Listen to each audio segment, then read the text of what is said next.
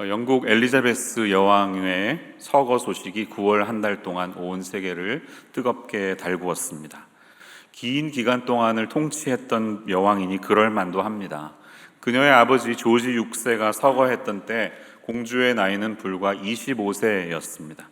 그리고 52년부터 올해까지 70년이나 되는 긴 세월을 영국을 포함한 영연방의 군주 자리에 있었으니 그는 그야말로 20세기와 21세기를 대표하는 인물이었습니다. 재임 기간 동안에 영국의 총리가 15명이나 바뀌었고 종신 임기가 보장된 교황도 6차례나 변경이 됐습니다. 대한민국의 대통령도 수많은 분들이 지나갔습니다. 이승만, 윤보선, 박정희, 최규화, 전두환, 노태우, 김영삼, 김대중, 노무현, 이명박, 박근혜, 문재인, 윤석열까지 13명을 맞이하는 동안 영국의 여왕은 딱 한 명이었습니다. 자국 내에서는 무소불위의 권력을 자랑하는 독재자들조차 여왕에 비하면 비교가 안 되는 집권 기간이었으니 그야말로 한 시대가 저문 셈이 되었습니다. 영국 여왕의 삶은 평범한 우리와는 너무나 다른 특별했던 일생이었죠. 하지만 사실 모든 인생에는 예외 없이 동일한 한 가지 결론이 있습니다. 그것은 인생이라는 책의 마지막 장은 예외 없이 죽음이라는 타이틀로 끝난다는 사실이에요.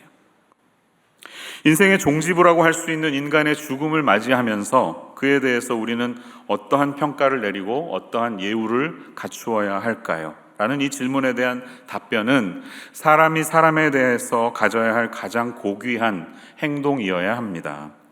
누군가의 죽음에 대해서 정당하고 명예롭게 애도하는 행위는 매우 중요하며 모든 사람은 자신의 죽음에 대해서 정당한 대우를 받을 가치가 있습니다. 그래서 우리는 결혼식은 못 가도 장례는 꼭 챙기라는 말이 있지 않습니까? 우리 교회에도 장례가 종종 있는 편인데요. 보면 대부분의 부모님들이 한국에 사시기 때문에 성도님들이 한국에 나가시게 됩니다. 그래서 우리 교회에서는 그냥 화환만 장례식장으로 보내는데 돌아가셨다는 이야기를 듣고 성도님께 연락을 취해보면 벌써 가셨든지 전화 연결이 잘 되지 않을 때가 많습니다. 그래서 교인들의 장례조차 잘 챙기지 못하는 그런 죄스러운 마음이 저에게 늘 있습니다. 이런 부족한 저를 좀 용서해 주십시오. 누군가의 죽음을 마주하며 우리 신앙인은 과연 어떠한 태도를 갖추어야 할까요? 이 질문에 대한 답변이 인격체인 그 사람의 모든 것을 보여준다고 할 수가 있습니다. 죽음이라고 하는 이 대표적인 상실의 감정을 마주하는 신앙인의 올바른 태도와 자세는 어떻게 되어야 할까요? 사울 왕이 죽게 되면서 다윗 왕의 이야기는 이제 전환점을 돌고 있습니다. 사무엘 상과 하를 가르는 기준은 사울의 죽음이었습니다. 사무엘하 1장 1절은 어떻게 시작합니까? 사울이 죽은 후에 다윗이 이렇게 말합니다. 사울이 죽은 후에로 시작하고 있습니다. 사울의 죽음은 다시 말하면 지난 10여 년간의 도피 생활로 미루어져 왔었던 다윗의 왕위를 물려받는 그 타이밍이 드디어 다가왔음을 의미합니다. 10년이란 세월을 질곡으로 몰아넣었던 자신의 실질적인 원수라고 할 수 있는 사울의 죽음 앞에서 그러나 다윗은 어떻게 행동하고 있습니까? 자신의 장인이었던 사울 그리고 둘도 없는 절친이었던 요나단의 죽음을 대하는 다윗은 오늘 그의 비탄한 감정을 이렇게 한 편의 시로 남기고 있습니다. 우리가 함께 읽은 이 본문은 이른바 활의 노래라고 명명한 다윗의 애가입니다. 라멘트. 이 본문을 통해서 오늘 우리가 이 아침에 붙들어야 할 교훈을 두 가지로 나누어서 생각해 보겠습니다. 첫 번째 교훈은 이것입니다. 하나님의 사람은 바르게 슬퍼하는 법을 알아야 한다는 것이에요. 따라해 주실까요? 바르게 슬퍼해야 합니다. 여러분, 우리가 바르게 슬퍼한다는 것은 무엇을 의미할까요? 한번 생각해 보겠습니다. 사무엘하 1장 앞부분, 제가 읽지 않았지만 1절에서 16절의 내용을 보면 이 시가 쓰여지기까지의 배경을 설명하고 있습니다. 다윗에게 아말렉 출신의 젊은이 한 사람이 찾아와서 사울과 요나단이 죽었습니다, 이렇게 전사 소식을 보고하고 있습니다. 이 소식을 들은 다윗의 마음이 찢어집니다. 11절과 12절을 한번 보세요. 1장 11절. 이에 다윗이 자기 옷을 잡아 찢음에 함께 있는 모든 사람도 그리하고 사울과 그의 아들 요나단과 여호와의 백성과 이스라엘 족속이 칼의 죽음으로 말미암아 저녁 때까지 슬퍼하여 울며 금식하니라. 그런데 이렇게 애통하던 다윗이 이 사람과 계속 신문을 하다 보니까 뭔가 석연치 않은 점들이 자꾸 발견이 됩니다. 그래서 종국적으로는 15절과 16절을 보면 이 사람을 죽여버려라 이렇게 명령합니다. 본문을 봐보세요. 그를 죽여라. 어떻게 네가 하나님의 기름 부으심 받은 자를 대신해서 죽일 수가 있느냐, 이렇게 말하는 것입니다. 아니, 사울의 전사 소식을 전하러 온 메신저에게 이렇게 하는 것은 좀 너무한 게 아닐까요? 다윗이 그에게서 어떤 점을, 석연치 않은 점을 발견했길래 다윗은 이렇게 명령했던 것일까요? 사무엘하 1장에서 이 아말렉 사람이 전한 소식은 사실 사무엘상 31장의 마지막 스토리를 읽어보면 two different stories, 두 개의 다른 이야기가 존재하고 있음을 우리는 발견합니다. 독자들은 이미 사울이 어떻게 죽었는지 알고 있었지만 다윗은 현장에 없었기 때문에 이 사실을 모르고 있습니다. 근데 아말렉 청년은 뭔가를 노리고 없는 이야기를 지어서 보고하고 있음을 본문은 우리에게 보여주고 있는 것이에요. 그는 아마 이렇게 생각했을 거예요. 내가 가서 이 소식을 전하면 다윗 진영이 굉장히 기뻐할 거예요. 왜냐하면 정적이 죽었으니까. 아주 좋아하면서 이 승전보를 알리는 나에게 어떠한 형태의 포상이라도 해주겠지 하는 기대감을 가지고 그는 찾아왔을 것입니다. 하지만 이 사람의 보고는 거짓이었습니다.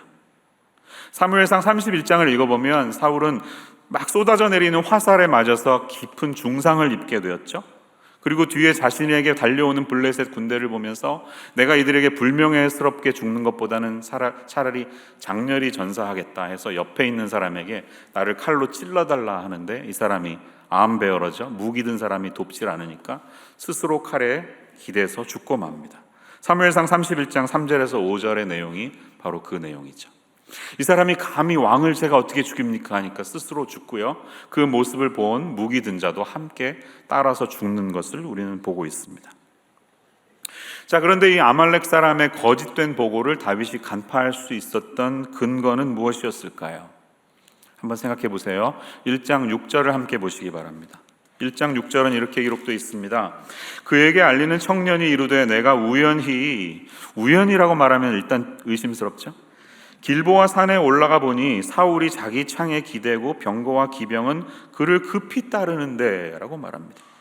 자, 이 다급한 전투 상황 속에서 병거와 기병이 막 사울을 쫓아오고 있는 상황 중에 이 아말렉 사람은 어떻게 이 블레셋 군대를 피해서 그 바쁘고 급박한 와중에 사울의 왕관을 가져오고 그의 팔에 있는 고리를 떼서 가져올 수가 있었을까요? 10절을 보면 그가 그렇게 했잖아요. 그래서 내가 그 사람을 죽이고 머리에 있는 왕관과 고리를 가져왔습니다. 아말렉 족속의 후예로 태어났던 그 사람은 당연히 이스라엘의 족속에 속한 군대는 아니었습니다. 아말렉은 예전에 사무엘이 사울에게 아말렉 족속을 멸절하라는 명령이 있을 정도로 이스라엘과는 결코 함께할 수 없는 반대편에, 영적인 반대편에 있는 족속이었습니다. 그랬던 그가 전쟁 중에 마치 자기는 사울의 편이 되어서 함께 사울과 싸웠던 것처럼 말하는 것은 당연히 거짓말입니다. 사실은 사울이 죽은 다음 날 블레셋 군대가 사울과 세 아들의 시체를 발견하기 전에 이 사람이 먼저 사울 왕의 시체를 발견하고 왕관과 고리를 훔쳐내서 다윗 진영에 달려왔던 것이죠. 31장 8절을 보시면 이런 말이 있어요. 그 이튿날 블레셋 사람들이 죽은 자를 벗기러 왔다가 사울과 그의 세 아들이 길보아 산에서 죽은 것을 보고, 그리고 불행히도 사울의 머리를 잘라버리죠. 시체를 성벽에 매달죠. 이 사람은 이 블레셋 군대가 오기 전에 먼저 우연히도 사울의 왕의 시체를 발견하고 약탈하는 심정으로 뭘 뒤져갈까 하다가 대박이다, 내가 사울 왕을 찾았네 하고 이 소식을 전하면 나에게 뭔가 포상이 있겠지 하는 심정으로 달려왔던 것이 분명합니다. 다윗은 자신의 원수나 다름없었던 사울 왕의 죽음 앞에서도 그러나 한치의 흔들림 없이 사울 왕이 살아있을 때나 죽고 난 후나 전혀 변함이 없는 그의 신앙적인 가치관을 보여주고 있습니다. 그것은 뭡니까? 하나님의 기름 부으심 받은 자를 내가 어떻게 죽일 수 있느냐. 아무런 서스럼 없이 죽였던 너를 그러면 내가 벌하겠다는 마음으로 그를 심판하고 있는 것입니다. 이게 다윗의 마음이었어요. 다윗의 신앙 고백은 변함이 없었던 것입니다. 그러므로 오늘 본문은 사울을 하나님의 사람으로 인정했던 이 다윗의 신앙의 고백이 담긴 애가입니다. 일평생 사울에게 쫓겨서 비참하고 억울한 삶을 살았지만, 그래서 원수의 죽음을 바라보면서 기쁨의 노래, 지화자 하면서 노래를 부를 수도 있었지만 다윗은 그렇게 하지 않았습니다. 왜냐하면 사울을 향한 증오의 감정보다 더 중요한 무언가가 있었는데요. 그것이 바로 사울에 대한 하나님의 기름 부으심이었다는 것이에요. 유진 피터스는 이렇게 말했습니다. 하나님이 사울에게 하신 일이 사울이 다윗에게 한 어떤 일보다 훨씬 더 중요했다. 다윗은 이 사실을 인정했고 그에 따른 신앙을 행동으로 옮겼던 것입니다. 다윗은 그에게 있는 인간적인 분노, 인간적인 감정이 아니라 하나님의 주권에 따라서 좌우되고 움직이기로 스스로 선택했던 것이에요. 다윗은 사울이 행하는 증오에 휩쓸리는 존재가 아니라 사울을 향한 하나님의 은혜가 어땠는지를 기억하면서 기도로 그의 슬픔과 분노를 바꾸는 인생을 살았던 것입니다. 여러분, 우리가 바르게 슬퍼한다는 것은 바로 그러한 삶을 의미하는 것이에요. 바르게 슬퍼하는 삶은 우리가 감정의 홍수에 따라서 그저 요동치면서 휩쓸리는 신앙이 아니에요. 좋을 땐 좋았지만 슬플 때는 한없이 곤두박질 치는 그런 감정에 휘몰리는 인생이 아니라는 것입니다. 신앙의 올바른 슬퍼하는 방법을 아는 사람은 내가 선택된 하나님의 사람이라는 사실, 나의 정체성을 흔들리지 않고 붙들고 살아갑니다. 내가 이 세상에 사는 이유는 하나님의 대사로서 하나님을 대신해서 세상의 소금과 빛으로 살아간다는 자신의 정체성을 지니고 살아가는 삶을 말하는 것입니다. 아말렉 사람의 가치관에 의하면 다윗은 이제 원수의 죽음을 바라보면서 기쁨의 축배를 들어도 되는 거예요. 그럴 타이밍입니다. 원수가 죽었다는 것입니다. 축배를 들어도 세상적인 시각으로는 괜찮은 시간입니다. 하지만 아말렉 사람의 그런 기대를 다윗은 보란 듯이 저버리죠. 다윗은 신앙인으로서 가져야 할 원칙을 지켜내고 있습니다. 여러분 같으면 어떻게 하시겠습니까? 일평생의 원수가 죽었다는 소식을 듣게 되었습니다. 그럼 이제 내가 발 쭉 뻗고 편안하게 잘 수 있겠다. 그런 안도의 한숨을 내쉴 수 있지 않겠습니까? 그런데 다윗의 반응은 그렇지 않았다는 거예요. 진실한 애도와 망자에 대한 예우를 그는 갖추고 있는 것입니다. 이 활의 노래는 두 명의 용사를 동등하게 기리는 노래입니다. 시의 구조를 보면 19절과 25절과 27절을 보세요. 반복되는 어떤 구절이 있습니다. 그것은 두 용사가 엎드러졌도다. 오호라 두 용사가 전쟁 중에 엎드러졌도다. 27절 오호라 두 용사가 엎드러졌으며 싸우는 무기가 망하였도다. 이렇게 이 부분을 강조하면서 두 용사에 대한 트리뷰트, 그들을 기리는 찬미의 시가 여기 담겨 있는 것을 우리는 봅니다. 그런데 이 애가에서는 다윗의 절친이었던 사람과 다윗의 원수였던 사람이 대등하게 연결되고 있습니다. 24절에 나타나는 사울에 대한 평가를 보십시오. 이스라엘 딸들아 사울을 슬퍼하여 울지어다. 그가 붉은 옷으로 너희에게 화려하게 입혔고 금노리개를 너희 옷에 채웠도다. 사울이 통치하는 동안에 이스라엘이 참 잘 되지 않았느냐, 나라가 부강해지지 않았느냐라고 사울 왕을 높이 기리고 있는 것을 우리는 발견합니다. 26절에 나타나는 요나단에 대한 그의 그리움을 살펴보십시오. 내 형 요나단이여, 내가 그대를 애통함은 그대는 내게 심히 아름다움이라. 그대가 나를 사랑함이 기이하여 extraordinary, 여인의 사랑보다 더하였도다.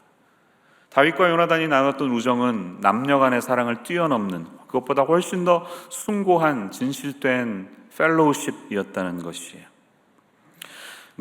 세상에 둘도 없는 절친이 죽으면 그를 칭송하는 것은 너무나 당연하겠죠. 그것은 충분히 이해가 됩니다.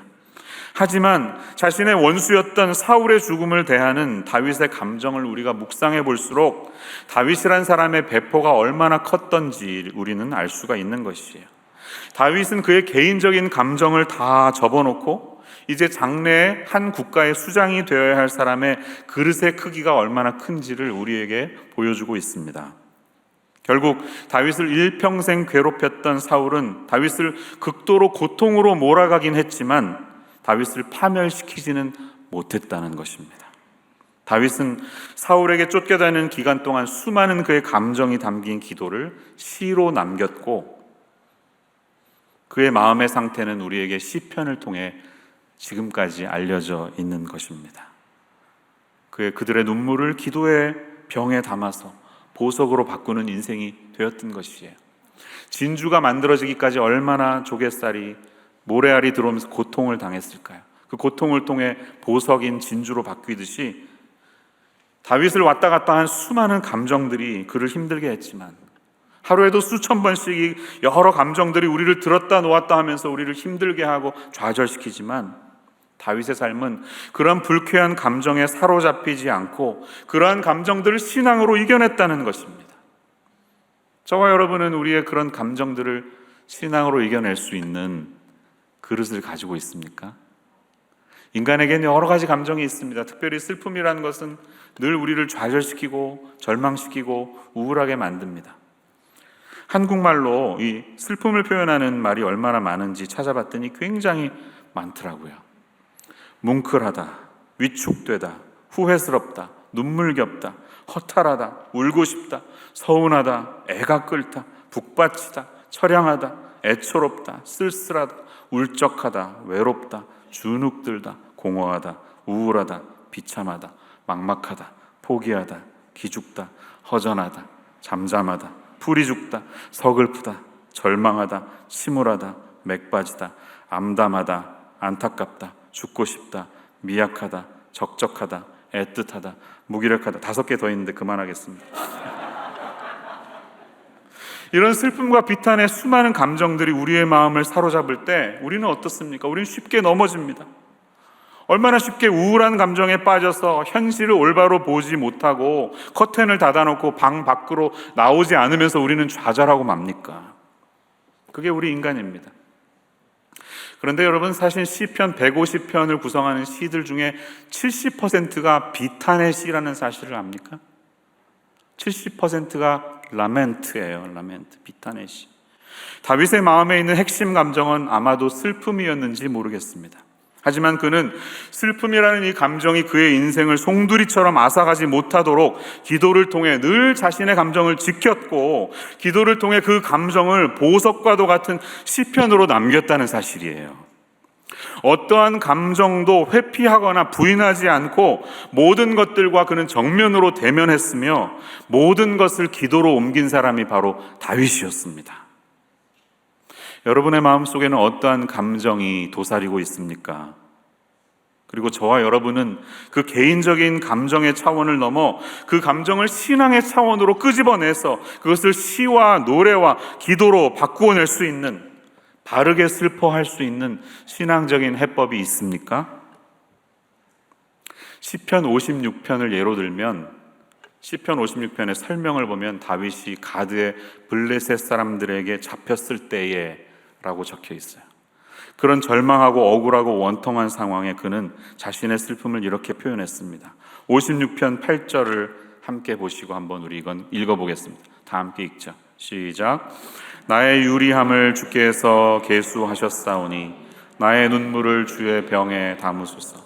이것이 주의 책에 기록되지 아니하였나이까. 아멘. 다윗의 신앙 고백은 무엇입니까? 우리의 눈물과 아픔을 하나님은 빠짐없이 보고 계시고 그것을 기록하고 계신다는 것이에요. 하나님의 메모리에 우리의 아픔들이 다 기록되고 있습니다. 신앙인은 그런 것입니다. 어렵고 고통스러운 이 시간이 단순히 흘러가는 것이 아니라 하나님께서 다 지켜보고 계신다. 그 아픔을 주의 병에, 눈물의 병에 담아서 하나님께 기도로 올려드릴 때 그것이 아름다운 노래가 되고 시로 바뀌는, 그것이 우리의 삶 속에 머물 수 있는 오늘 이 아침이 되시기를 주님의 이름으로 축원합니다. 두 번째로 우리가 오늘 이 시를 통해 붙잡아야 할 교훈은 이것입니다. 하나님의 사람은 슬픔 너머에 있는 하나님의 약속을 보아야 한다는 사실입니다. 따라해 주실까요? 하나님의 약속을 보아야 합니다. 사실 우리 모두는 개인의 감정을 뛰어넘어서 우리에게 말씀하시는 하나님의 음성을 들을 수 있습니다. 하나님 말씀을 통해 우리에게 말씀하십니다. 다윗은 자신의 고통스러운 감정을 그것을 시로 남길 수 있었다니 얼마나 많은 고뇌와 슬픔들을 다 사귀면서 비탄의 감정을 신앙으로 빚어내는 그 연단의 삶이 그에게 있었을까 하는 그런 생각을 해봅니다. 사실 시란 가장 개인적인 언어로 인간이 사용하는 인간의 방식입니다. The most personal tool. 시란 그런 것입니다. 단순히 경험을 당하고 경험이 지나가는 차원을 넘어서 그 경험 속에 깊이 들어가서 그것을 묵상할 때 시가 나오지 않습니까? 시를 쓰기 위해서는 깊은 묵상과 관찰이 있어야 합니다. 그렇기 때문에 사실 모든 시인들의 시선은 참 위대하다고 저는 생각해요. 제가 좋아하는 시 중에 안도현 시인이 쓴 스며드는 것이라는 제목의 시가 있습니다. 간장게장을 먹다가 느낀 점을 어떻게 한 편의 시로 만들어낼 수 있었을까? 그의 관찰력과 통찰이 참 놀랍다는 생각을 해봅니다. 한번 읽어보겠습니다. 스며드는 것. 꽃게가 간장 속에 반쯤 몸을 담그고 엎드려 있다.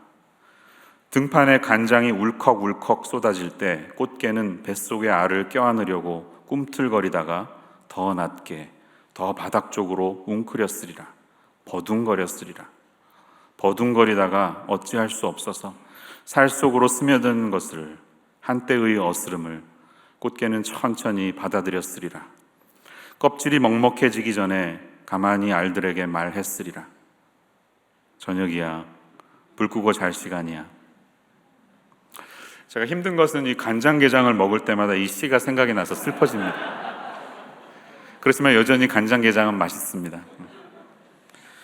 다윗은 사울과 그의 아들 요나단의 죽음을 마주하면서 느껴졌던 감정을 비가로 잘 표현했을 뿐만이 아니라 그것을 유다 족속 모든 사람들에게 이 노래를 모두 배우라고 명령하고 있는 것을 우리는 여기서 봐야 됩니다.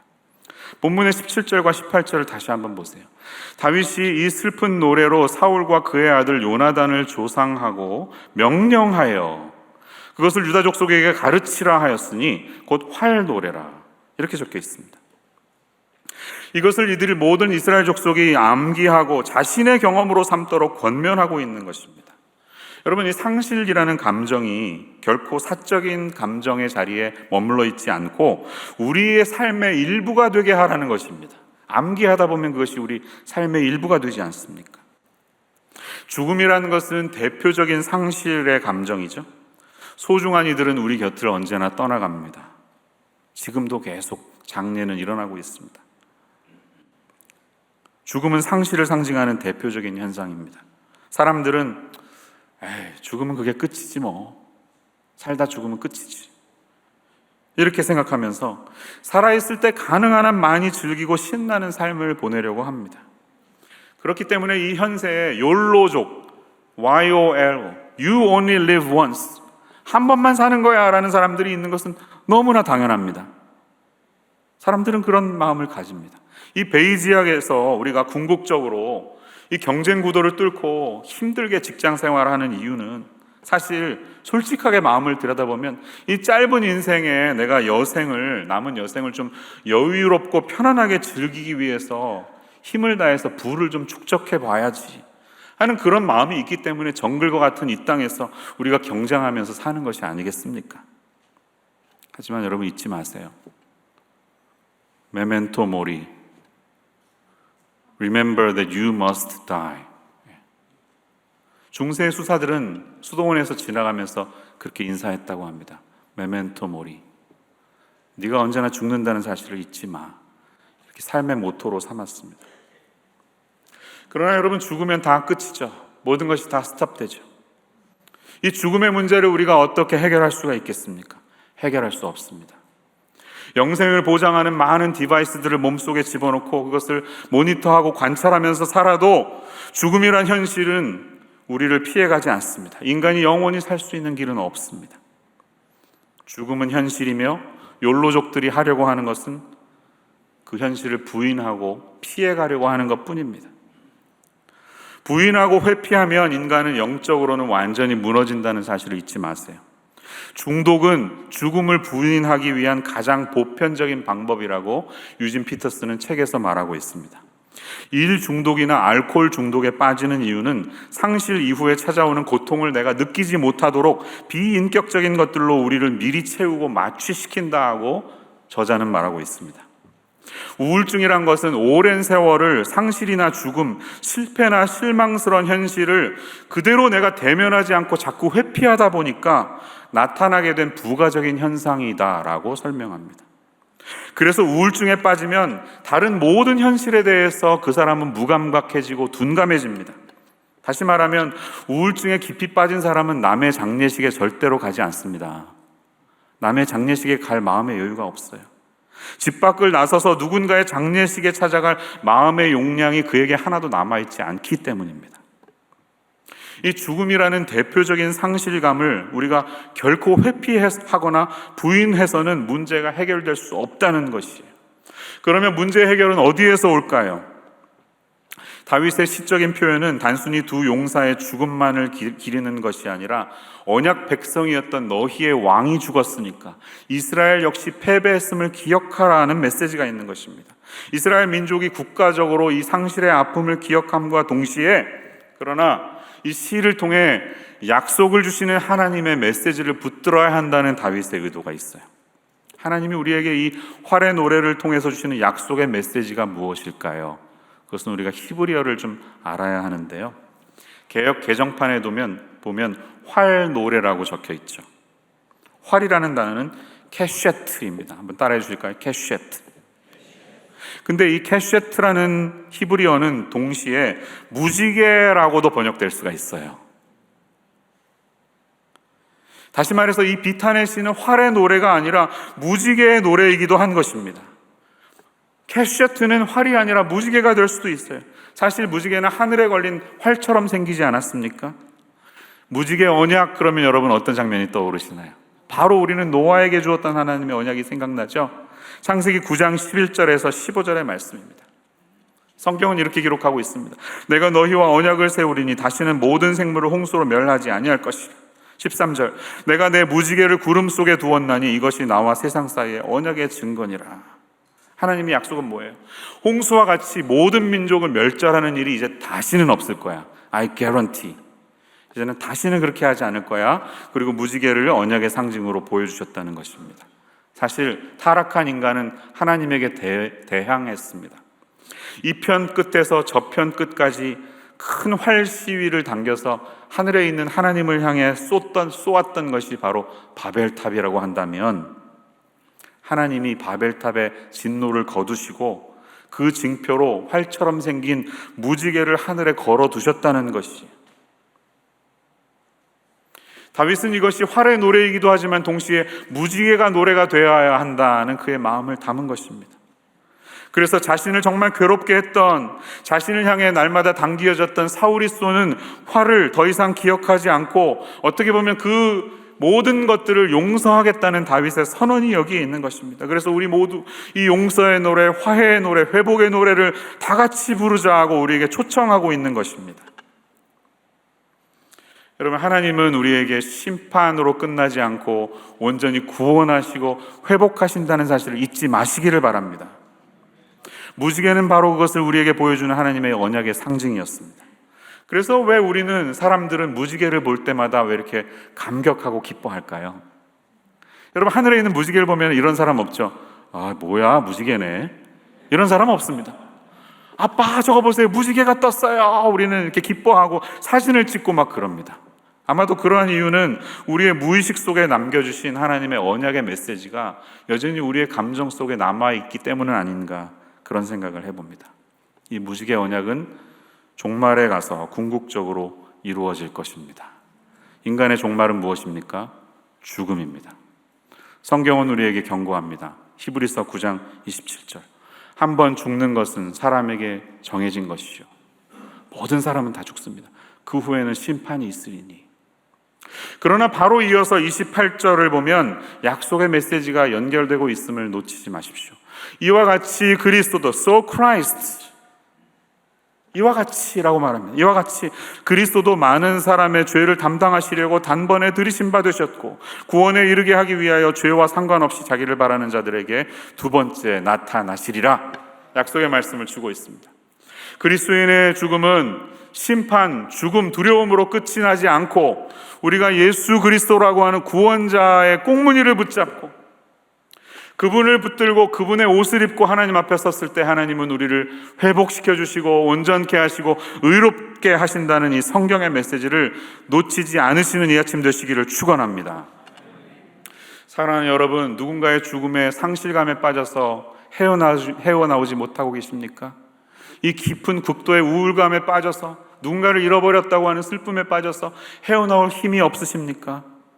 예수님의 말씀을 기억하십시오. 요한복음 11장에 등장하는 예수님과 마르다의 대화를 기억하시죠? 오빠 나사로가 죽었을 때 예수님이 그 가정에 가서 성경에 유일하게 Jesus wept, 예수님이 우시더라.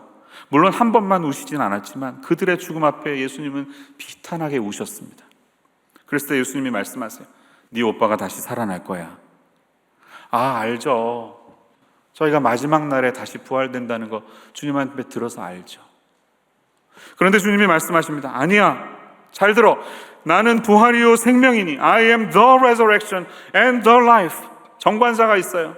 내가 바로 부활이고 내가 생명이니 나를 믿는 자는 죽어도 살겠고 무릇 살아서 나를 믿는 자는 영원히 죽지 아니하리니 이것을 내가 믿느냐. 주님이 마르다에게 하셨던 그 말씀을 오늘 이 아침에 우리 모두에게도 하고 계십니다. 여러분, 믿음이 있으시잖아요. 그러나 우리도 믿음이 있다고 하지만 사랑하는 이들이 우리의 곁을 지나가고 떠나갈 때 너무나 그 상실감이 커서 주님이 바로 부활이시고 주님이 생명이심을 잊어버리고 살 때가 많습니다. 그럴 때 주님은 우리에게 다시 한번 리마인드 해주시는 것이에요. 내가 생명이고 내가 부활이기 때문에 살아서 나를 믿는 자는 영원히 죽지 아니한다. 영생은 네가 죽어서만 얻는 것이 아니라 이 삶의 순간에 영생이신 예수가 내 마음속에 들어올 때 이미 네 삶 가운데 영생이 있다. 이것을 내가 믿느냐. 주님이 우리에게 도전하고 계시는 것입니다. 사랑하는 여러분, 우리는 오늘 이 시를 통해 활의 노래를 넘어서 무지개의 노래를 이 시편에서 동시에 들을 수 있어야 합니다. 단순히 인간적인 감정에 사로잡혀서 적이라고 할 수 있는 사울의 목소리에 기울여서 우리의 삶이 좌절과 절망으로 끝나지 않고 사울 같은 사람들을 기꺼이 용서할 수 있는 용서의 노래를 불러야 한다는 것입니다. 죽음이라는 피해갈 수 없는 두려움이 우리 곁에 머물고 있을 때 현실에 갇혀서 두려워하지 말고 사망 권세 뒤에 우뚝 서 계신 우리의 구원자 되시는 예수님을 바라보아야 한다. 진정한 부활과 생명이 되시는 그분을 바라볼 때 이 죽음이 더 이상 우리에게 두려움이 아니게 된다는 소망의 메시지를 붙들 수 있는 오늘 이 아침 되시기를 주님의 이름으로 축원합니다. 기도하겠습니다. 하나님 아버지, 오늘 이 아침에 다윗의 애가를 통해 저희들이 온전히 슬퍼하고 바르게 슬퍼할 수 있는 방법을 가르쳐 주시니 감사합니다. 슬픔이라는 피해갈 수 없는 감정들이 우리를 사로잡지 않도록 도와주시고 하루에도 수천 번씩 왔다 갔다 하는 우리의 감정에 지배당하지 않고 그 모든 감정들을 기도와 눈물과 노래와 시로 바꾸어서 하나님의 눈물의 병에 담겨져서 우리의 그 고귀함을 보석으로 바꾸시는 주님을 바라볼 수 있는 저희의 삶이 되게 하여 주옵소서. 예수님의 이름으로 기도합니다. 아멘.